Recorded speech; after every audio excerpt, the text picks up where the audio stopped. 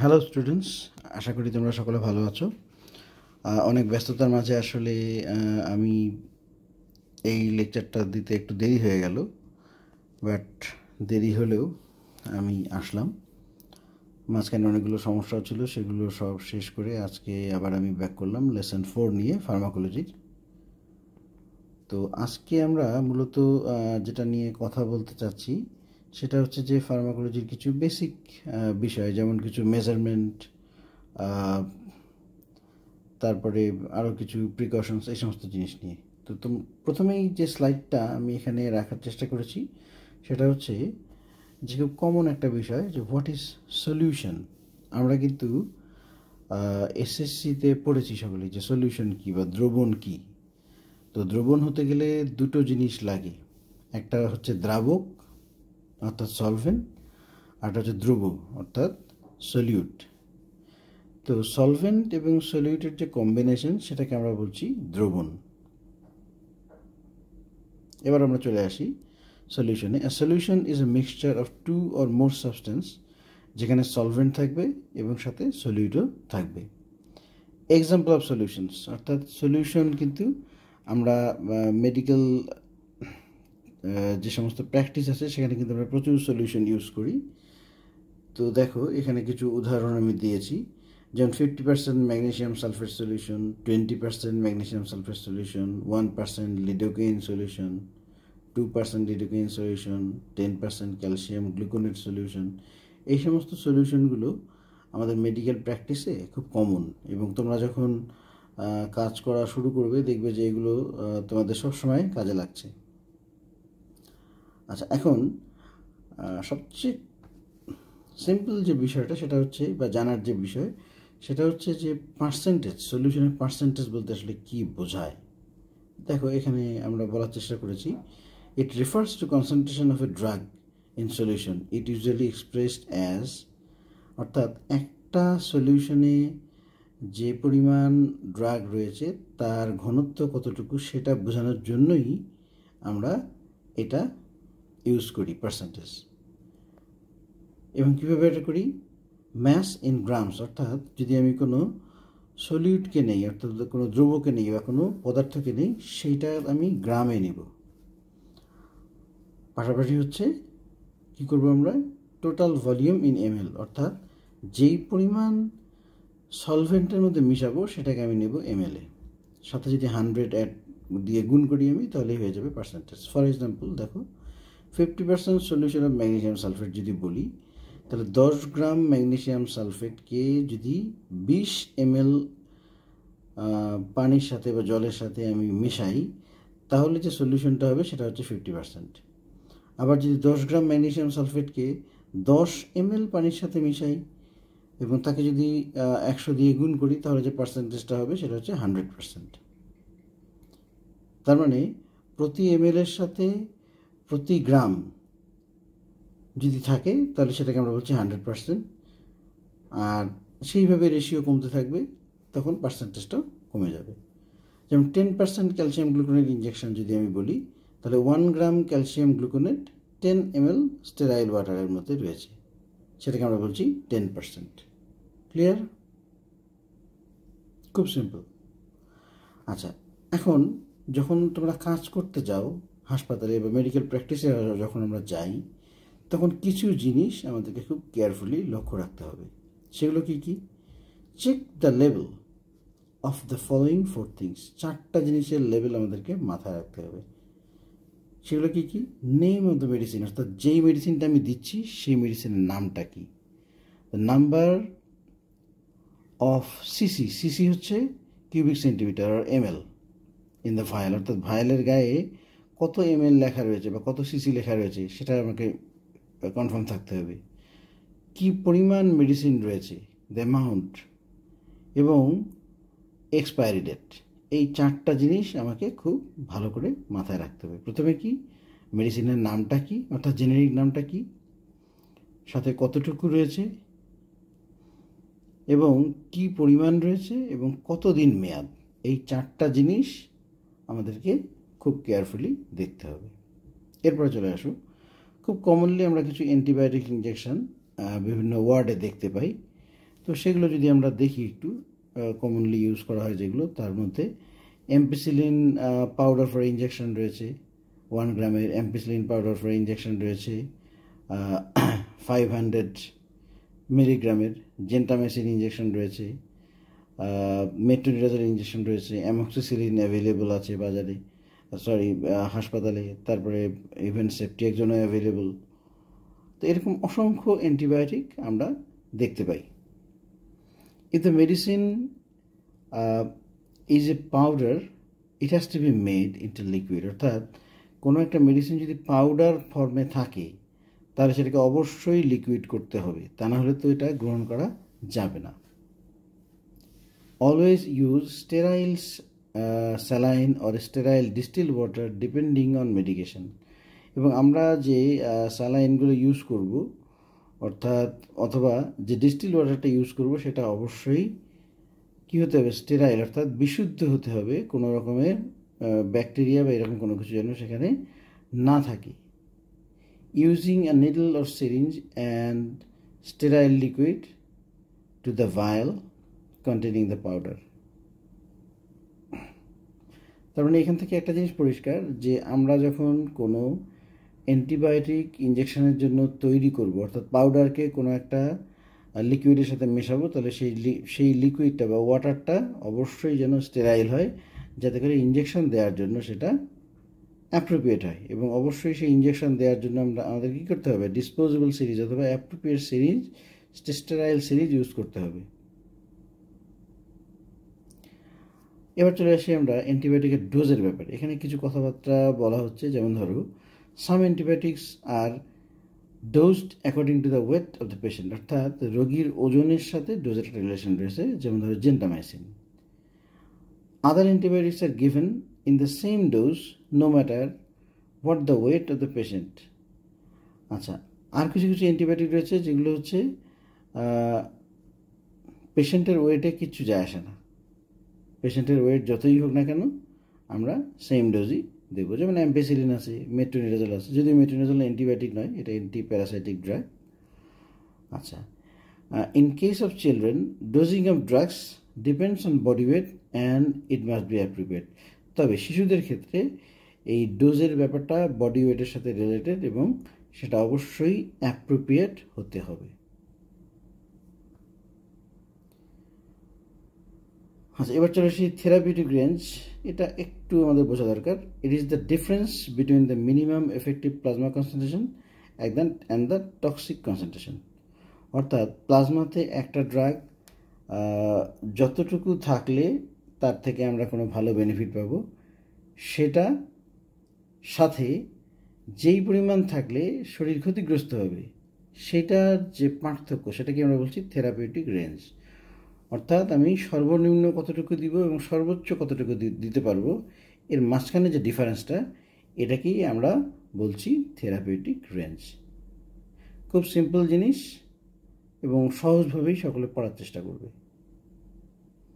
আচ্ছা, কিছু মেজারমেন্টের কথা এখানে বলি। যেমন ধরো সিস্টেম ইন্টারন্যাশনাল বা SI বলি আমরা লেখা থাকে অনেক ইয়ের পাশে, officially recognised and adopted by nearly all countries. In this system, there are total 7 different categories. The length is measured by meter, mass by kilogram. System of measurement used in medication administration, অর্থাৎ যেই সিস্টেমগুলো আমরা medication অ্যাডমিনিস্ট্রেশনের জন্য use করি সেগুলো হচ্ছে metric, অ্যাপোথেকারি and household. Metric সিস্টেমটা এখন ওয়ার্ল্ড ওয়াইড ইউজ হয়। It is based on the decimal system, অর্থাৎ শতভাগ করে আমরা সেখান থেকে এই মেজারমেন্টটা বের করি। The basic units of measurement, দেখো, gram is the basic unit for weight, litre is the basic unit for volume. লিটারের ছোট পার্ট হচ্ছে কি, millilitre, ml. Metre is the basic unit of length. Accepted abbreviations in metric system measures are frequently used in dosage calculation. কিছু abbreviation রয়েছে, একটা short form রয়েছে যেগুলো আমরা খুব বেশি ব্যবহার করি। তাহলে কি বুঝলাম আমরা, মেট্রিক সিস্টেমের মধ্যে গ্রাম হচ্ছে ওয়েটের বেসিক ইউনিট, লিটার হচ্ছে ভলিউমের, মিটার হচ্ছে লেংথের। আচ্ছা, এবার একটু দেখি আমরা। দেখো, মেট্রিক সিস্টেমের কথা যদি বলি, মেট্রিক অ্যাব্রিভিয়েশনস ফর ওয়েট, কিলোগ্রামের জন্য কেজি, গ্রামের জন্য জিএম, মিলিগ্রামের জন্য এমজি, মাইক্রোগ্রামের জন্য এমসিজি। ওয়েটের কথা যদি বলি, 1 kilogram is equal to 1000 gram, 1 gram is equal to 1000 milligram, 1 milligram is equal to 1000 microgram. Metric abbreviations for volume, লিটারের জন্য এল, মিলিটারের জন্য এমএল, কিউবিক সেন্টিমিটারের জন্য সিসি। আচ্ছা, 1000 ml is equal to 1 liter, 1 cc is equal to 1 ml.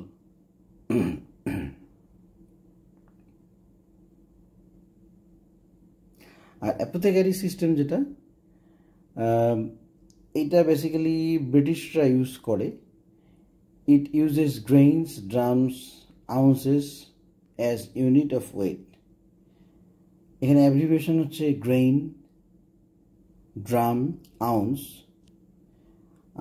Matric equivalencies যদি আমরা বলি যে matric পদ্ধতির সাথে যদি এই সিস্টেমের একটা ইকুইভ্যালেন্সি করতে চাই, অর্থাৎ তুলনা করতে চাই, তাহলে কী হয় দেখো, 1 ounce is equal two 30 cc অথবা 30 ml, 1 gram is equal two 4 ml, 1 grain is equal two 60 milligram. তোমরা যদি কখনো হোমিওপ্যাথির দোকানে গিয়ে থাকো তো সেখানে দেখবে যে এই সিস্টেমটা তারা এখনও ব্যবহার করে। আমি কিন্তু তার মানে হোমিওপ্যাথি প্রমোট করছি না, আমি জাস্ট তোমাদেরকে বোঝার জন্য বলছি, তোমাদের জানার জন্য বলছি। এবার চলে আসি আমরা হাউস হোল্ড সিস্টেম। বাড়িতে আমরা কিছু সিস্টেম ইউজ করি, যেমন ধরো 1 কাপ, অ্যাব্রিভিয়েশন কি, সি দিয়ে বোঝাই আমরা। 1 কাপ মানে হচ্ছে 240 CC. 1 table spoon, 1 table spoon হচ্ছে 15 সিসি বা 15 ml। 1 টি স্পুন মানে হচ্ছে 5 সিসি। ঠিক আছে। ড্রপের কথা যদি বলি, এটা depends on the size of the drop. আর পাউন্ড হচ্ছে 1 পাউন্ড মানে হচ্ছে 2 পয়েন্ট, যদি কেজির সাথে আমি পাউন্ডকে মিলাই তাহলে 1 KG is equivalent to 2.2 pound. আর যদি গ্রাম বলি তাহলে 453.6 gram is equal to 1 pound. এগুলো একটু মনে রাখা জরুরি, কারণ এগুলো বিভিন্ন সময় তোমাদের কাজে আসবে। আচ্ছা, এরপরে চলে আসো principles of safe drug administration. যেই মূলনীতির উপর ভিত্তি করে আমরা একজন রোগীকে সঠিকভাবে নিরাপদে ওষুধ দিতে পারবো, সেগুলো কি কি? প্রথম কথা হচ্ছে গিভ দ্য রাইট ড্রাগ, অর্থাৎ সঠিক ড্রাগটা আমাকে দিতে হবে টু দ্য রাইট পেশেন্ট। সঠিক পেশেন্টকে চুজ করতে হবে। ইন রাইট ডোজ, ডোজটা যেন একদম ঠিক হয়। বাই দ্য রাইট রুট, অর্থাৎ পার ওরাল দিব না পার রেক্টাল দিব, নাকি আইএম দিব নাকি আইভি দিব, যেভাবে প্রেসক্রাইব করা থাকবে অ্যাট দ্য রাইট টাইম, সঠিক সময় দিতে হবে। অ্যান্ড উইথ রাইট ডকুমেন্টেশন, তুমি যে ওষুধটা দিচ্ছ সেটার জন্য একটা ডকুমেন্টেশন থাকে, তা নাহলে কিন্তু পেশেন্টের কোনো প্রবলেম হলে তুমি আইনগত জটিলতায় পড়তে পারো। অথবা এই ওষুধের কারণে যদি পেশেন্টের শারীরিক কোনো সমস্যা, যেমন ধরো অ্যালার্জি দেখা দিল অ্যামোক্সিসিলিনের কারণে, তো যদি রাইট ডকুমেন্টেশন থাকে তাহলে কিন্তু পাশের থেকে কেউ এসে বুঝতে পারবে যে কী ওষুধ দেওয়ার কারণে এই ঘটনাগুলো ঘটছে, এবং তখন ব্যবস্থা নেওয়া যাবে, তাতে করে পেশেন্টের জীবন বেঁচে যেতে পারে। আচ্ছা, এরপরে চলে আসো হোয়েন টু ইউজ ড্রাগস। ড্রাগসগুলো আমরা কখন ইউজ করব? যদি আমি মনে করি যে পেশেন্টকে এই ড্রাগ দিলে সুস্থ হবে, যদি আমি মনে করি এবং কনফার্ম হই, তাহলে আমি ড্রাগটা ইউজ করব। Is there a home remedy that will work as well or better? আচ্ছা, এখন যেই অসুখের জন্য পেশেন্ট আমার কাছে এসেছে, যদি পারিবারিক কোনো ব্যবস্থা থাকে যার মাধ্যমে আমি রোগটা সারাতে পারি, তাহলে কি আমার ওষুধ দেওয়ার দরকার আছে? দরকার নেই তো। তো সেক্ষেত্রে আমি সেই পদ্ধতিগুলো ব্যবহার করতে পারি। যেমন ধরো, কারো যদি জ্বর হয়, তার যদি শরীর স্পঞ্জ করে দিয়ে জ্বরটাকে কন্ট্রোল করে দেওয়া যায়, তাহলে কিন্তু প্যারাসিটামলের কোনো প্রয়োজন নেই। উন্নত বিশ্বে কিন্তু প্রচুর লিভার ডিজিজে মানুষ মারা যায়, তার কারণ হচ্ছে তারা প্রচুর পরিমাণে প্যারাসিটামল ইউজ করে। এবং তোমাদের জানার জন্য বলি যে একদিনে একজন অ্যাডাল্ট মানুষ সর্বোচ্চ 8টা প্যারাসিটামল ট্যাবলেট খেতে পারে। এক একটা প্যারাসিটামল ট্যাবলেট হচ্ছে 500 মিলিগ্রাম করে, তার মানে 8টা ট্যাবলেট যদি হয় তাহলে সর্বোচ্চ সে গ্রহণ করতে পারে হচ্ছে 4 গ্রাম। এবং এগুলো কিন্তু আসলে ভালো, কোনো ওষুধই আসলে ভালো নয়, ওষুধের সাইড এফেক্ট থাকবেই। তো এই জন্য হুটহাট ওষুধ না খাওয়াটাই better. Are the benefits of using this drug greater than the cost and the risk. এখন প্রত্যেকটা ড্রাগের দাম থাকবে, কারণ টাকা দিয়ে কিনতে হবে আমাকে, রিস্কও থাকবে। তাহলে রিস্কের থেকে বেনিফিট বেশি কিনা, যদি বেনিফিট অনেক বেশি হয় সেক্ষেত্রে মিনিমাম রিস্ককে নিয়ে আমরা সেই বেনিফিট নিতে পারি, তাতে কোনো প্রবলেম নেই। আচ্ছা, only use a medicine when you know what is causing a problem and you are sure the medicine will help the problem. যখন তুমি কোনো মেডিসিন ইউজ করছো তখন তোমাকে বুঝতে হবে যে এই অসুখের জন্য এই মেডিসিনটাই ঠিক, এবং কোথার থেকে প্রবলেম হচ্ছে এবং এই মেডিসিনের কারণে তুমি সেখান থেকে বাঁচতে পারবে। তো এই জিনিসগুলো যদি আমি কনফার্ম হই যে না এই মেডিসিনটা এই অসুখে দিলে কাজ করবে এবং পেশেন্টের ভালো হবে, তখন আমি এটা তাকে দেব। চুজিং দ্য রাইট ড্রাগ, সঠিক ড্রাগকে আমাদেরকে চুজ করতে হবে। Be confident that it is safe and helpful. দেওয়ার আগে আমাকে কনফিডেন্ট হতে হবে যে এই ড্রাগটা সেফ এই পেশেন্টের জন্য এবং সাহায্যকারী হিসেবে কাজ করবে। এখানে দেখো কিছু হোয়াট মার্কস দেওয়া আছে। What is it use for, কী জন্য এই ড্রাগটা ইউজ করা হয়। What happens when you use it, তুমি যখন এটা ব্যবহার করো পেশেন্টের উপরে তখন কী কী হয়। How often does it help, make a problem better, এবং একটা সমস্যা থেকে এই ড্রাগটা তোমাকে বের করে নিয়ে আসার জন্য কতজন মানুষ কীভাবে ব্যবহার করে, আসলে এটা ব্যবহৃত হয় কিনা, বহুল ব্যবহৃত কিনা, এই সমস্ত অনেকগুলো বিষয় জানতে হবে। হোয়াট সাইড এফেক্টস আর other problem does it cause, এটার কারণে কী কী ধরনের সাইড এফেক্ট অথবা অন্যান্য ধরনের সমস্যা হতে পারে সেগুলো সম্পর্কে ক্লিয়ার ধারণা থাকতে হবে, আদারওয়াইজ কিন্তু কোনো ওষুধ দেওয়া যাবে না। আর কোনো ওষুধ প্রেসক্রাইব করলে পেশেন্টকে ভালো করে বুঝিয়ে দিতে হবে যে কোন ওষুধটা কোন কারণে তাকে প্রেসক্রাইব করা হয়েছে এবং কোন কোন ওষুধ গ্রহণ করলে কী কী ধরনের ছোটোখাটো সমস্যা দেখা দিতে পারে। আর বড় সমস্যা দেখা দিলে তাকে বলতে হবে যে আপনি সরাসরি আবার চলে আসবেন। এই কথাগুলো কিন্তু পেশেন্টকে ক্লিয়ার করে দিতে হবে। How to give right drugs অথবা how to give drugs safely, কীভাবে আমরা নিরাপদে ওষুধ দিতে পারি। প্রথমে হচ্ছে গিভ দ্য ফুল অ্যামাউন্ট, যতটুকু প্রয়োজন সেই পূর্ণ অ্যামাউন্টটা আমরা তাকে দিতে হবে। Do not give too much, তাকে বেশি দেওয়া যাবে না। Avoid giving more than one medicine at the same time, সবসময় যেন লক্ষ্য রাখতে হবে যে যেই মেডিসিনটা দিলে তার ম্যাক্সিমাম বেনিফিট হবে শুধু আমরা সেটাই দিব। অন্যান্য অনেকগুলো মেডিসিন দিয়ে একসাথে ট্রিটমেন্ট করা আসলে একটু রিস্কি, কারণ প্রত্যেকটা ওষুধেরই আলাদা আলাদা সাইড এফেক্ট আছে এবং ড্রাগ ইন্টারাকশনের কারণে বড় ধরনের ঝামেলাও হতে পারে। Know and watch the signs of problems, আচ্ছা এখন যেই সমস্যাগুলো তার হচ্ছে সেই সমস্যাগুলো খুব ভালোভাবে বুঝতে হবে, যে এই সমস্যাগুলো কোথার থেকে তৈরি হতে পারে সেটা বুঝে তারপরে আমাকে ব্যবস্থা নিতে হবে। Know as much as you can about a drug before giving it, একটা ওষুধ প্রেসক্রাইব করার আগে সেটা সম্পর্কে বিস্তারিত জানা। শুধু ওষুধ কোম্পানি বলে গেল আমি দিয়ে দিলাম তা নয়, নতুন কোনো ড্রাগ বাজারে আসতেই পারে, এরকম অসংখ্য নতুন ড্রাগ বাজারে এসেছিল এবং তার বাজার থেকে উঠেও গেছে। যেমন ধরো একটা ছোট্ট উদাহরণ দিই তোমাদেরকে, নিমেসুলাইড বলে একটা ড্রাগ বাজারে এসেছিল এবং সেটা আমরা জ্বরের সময় ইউজ করতাম, জ্বর গায়ে ব্যথা থাকলে ইউজ করতাম, কিন্তু পরে দেখা গেলো এই ড্রাগটা কিডনির জন্য ভয়ঙ্কর ক্ষতিকারক। পরে কিন্তু একে বাজার থেকে তুলে নেওয়া হয়েছে এবং ব্যান করে দেওয়া হয়েছে বাংলাদেশে, পৃথিবীর অন্যান্য অনেক দেশেই। তো এই জন্য হুট করে কোনো ড্রাগ যেটা টেস্টেড না, যার প্রুফড কোনো নাই, সেই সমস্ত ড্রাগ ব্যবহার করা যাবে না। গিভ দ্য ফুল অ্যামাউন্ট, পূর্ণ অ্যামাউন্টে দিতে হবে, যতটুকু প্রয়োজন, যত দিনের জন্য প্রয়োজন পুরোটাই দিতে হবে। আদারওয়াইজ যদি অ্যান্টিবায়োটিক হাফ ডান অবস্থায় রাখা যায় তাহলে ড্রাগ রেজিস্ট্যান্স ডেভেলপ করবে। Do not give too much, বেশি দেওয়া যাবে না, বেশি দিলেই ভালো হবে এমন ভাবার কোনো কারণ নাই। তারপরে কি বলছি আমরা, avoid taking more than one drug at the same time, এবং একই সময় একের অধিক ড্রাগ গ্রহণ করা বা একের অধিক মেডিসিন গ্রহণ করা থেকে বিরত রাখাটাই সুবিধাজনক। যেমন ধরো এখানে উদাহরণ দেওয়া হয়েছে, calcium supplements and iron should not be taken together as it may cause reduced absorption of iron। অর্থাৎ ক্যালসিয়াম সাপ্লিমেন্টের সাথে যদি আয়রন একসাথে নেওয়া যায় তাহলে আয়রনের যে অ্যাবজর্পশন সেটা কমে যাবে। এরকম অনেকগুলো আছে, বিষয় রয়েছে, এগুলো আমাদেরকে আস্তে আস্তে পড়ে পড়ে জানতে হবে। Know as much as you can, যে কথাগুলো আমি আগেই বলেছি। Know and watch for signs and problems with the drug. এখানে একটা ড্রাগ দিলে কী কী সাইড এফেক্ট হতে পারে এবং সেগুলো সম্পর্কে তোমার ক্লিয়ার ধারণা থাকতে হবে। আদারওয়াইজ কিন্তু দেখা গেল তোমার যে ওষুধের কারণে কোনো সাইড এফেক্ট হচ্ছে কিন্তু তুমি বুঝতেই পারছো না, যার কারণে পেশেন্টের জন্য সেটা লাইফ থ্রেটনিং হতে পারে।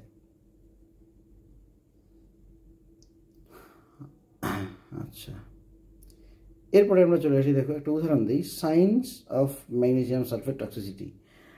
এই ম্যাগনেসিয়াম সালফেটটা মিডওয়াইফসরা অনেক বেশি ইউজ করে। তো ম্যাগনেসিয়াম সালফেট টক্সিসিটি ডেভেলপ করলে কি কি হয়? রেসপিরেটরি রেট 16-র উপরে উঠে যায়, প্যাটেলার রিফ্লেক্স হারিয়ে যায়, ইউরিন আউটপুট 30 ml/hour নিচে নেমে আসে। আচ্ছা, এখন যদি এই ঘটনাগুলো ঘটে তখন আমি কি করব? নেক্সট ম্যাগনেসিয়াম সালফেটের ডোজটা আছে এটা আমাকে বন্ধ করে দিতে হবে, ক্যালসিয়াম গ্লুকোনেট ইঞ্জেকশন স্লোলি করতে হবে, এবং যদি প্রয়োজন হয় আমাকে অ্যাসিস্টেড ভেন্টিলেশন দিতে হবে যাতে করে পেশেন্ট সুন্দরভাবে শ্বাস প্রশ্বাস নিতে পারে। এবং যদি তাতে মনে হয় যে না situation is not under control, তাহলে তাকে একটা উচ্চতর সেন্টারে রেফার করতে হবে। এরপরে চলে আসে আমরা হু ক্যান রাইট প্রেসক্রিপশনস। এটা খুব কমন একটা কোয়েশ্চেন এবং আমাদের চারপাশে প্রশ্নটা খুব ঘুরঘুর করে। প্রথমে বলা হচ্ছে licensed health care workers who have been certified who are competent in prescribing and administering drugs as per the country policy। অর্থাৎ প্রত্যেকটা দেশের নিজস্ব পলিসি রয়েছে, সেই দেশের পলিসি অনুযায়ী সেই দেশের গভর্নমেন্ট যাকে যাকে প্রেসক্রিপশন লেখা পারমিশন দিবে তারাই শুধু প্রেসক্রিপশন লিখতে পারবে। একদম পরিষ্কার কথা। বাংলাদেশে এখন পর্যন্ত এমবিবিএস এবং বিডিএস পাস যারা করেছে তাদেরকেই সরকার সব ধরনের মেডিসিন লেখার সুযোগ দিয়েছে বা পলিসিগতভাবে। আর ম্যাথস থেকে যারা পাস করছে ওদেরকে লিমিটেড কিছু মেডিসিন তারা ইউজ করতে পারবে, সেই পারমিশন তাদেরকে দেওয়া আছে। বাট ম্যাথস থেকে যারা পাস করেছে তারা কিন্তু ডক্টর কথাটা লিখতে পারবে না অ্যাজ পার দ্য পলিসি।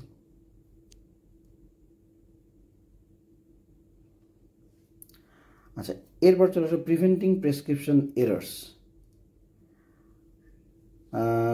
হ্যান্ডরাইটিংটা হতে হবে পরিষ্কার যাতে করে পড়ে বোঝা যায়। Correct patient name and identifier, পেশেন্টের নামটা যেন সুন্দরভাবে লেখা থাকে এবং তাকে যেন বোঝা যায় যে, যেমন নাম একই হতে পারে কিন্তু বাবার নাম, বয়স, হ্যাঁ, তারপরে জেন্ডার, এগুলো অনেকগুলো বিষয় আছে, সেগুলো তো আবার এক হবে না। তো এই সমস্ত জিনিসগুলোকে আমাদেরকে মাথায় রাখতে হবে। ড্রাগের নামটা সুন্দরভাবে লিখতে হবে যাতে কোনো স্পেলিং মিস্টেক না থাকে। তারপর dosage, frequency and duration of treatment, ডোজের পরিমাণটা কতটুকু, কতবার দিতে হবে, দিনে কতদিন দিতে হবে, এগুলো বারবার চেক করে তারপর দিতে হবে। এবং পাশাপাশি যে ওষুধগুলো প্রেসক্রাইব করছি আমরা, পেশেন্টকে জিজ্ঞেস করতে হবে আপনার কোনো অ্যালার্জি আছে কিনা কোনো ড্রাগের ক্ষেত্রে। তখন কিন্তু পেশেন্ট বলে দেবে যে অমুক যে ওষুধ খেলে আমার সমস্যা হয়, সেই ওষুধগুলোকে আমাদেরকে অ্যাভয়েড করতে হবে। How much medicine to give, কতটুকু দিব। How much medicine to give, কতটুকু দিব। Most tablets, capsules, inserts and injectables are measured in grams and milligrams. যেই ট্যাবলেটের জন্য যতটুকু প্রয়োজন সেটা কিন্তু ট্যাবলেটে কোম্পানিরা দিয়েই দেয় অলরেডি। এখন আমাদেরকে যেটা করতে হয় সেটা হচ্ছে পেশেন্টের জন্য রাইট ডোজটা চুজ করে পেশেন্টকে আমরা দিই। যেমন ধরো নর্মালি যদি আমি প্যারাসিটামলের কথা বলি বা অ্যাসপিরিনের কথা বলি, এতে প্যারাসিটামলে সাধারণত 500 মিলিগ্রাম করে থাকে আর অ্যাসপিরিনে থাকে হচ্ছে 75 মিলিগ্রাম। আচ্ছা, এখন যদি বার্থ কন্ট্রোল পিলে যাই, এখানে কিন্তু খুব মিনিমাম, যেহেতু হরমোনাল পিল সেখানে কিন্তু মাইক্রোগ্রাম ইউজ করা হয়, এখানে কিন্তু মিলিগ্রাম ইউজ করা হয় না।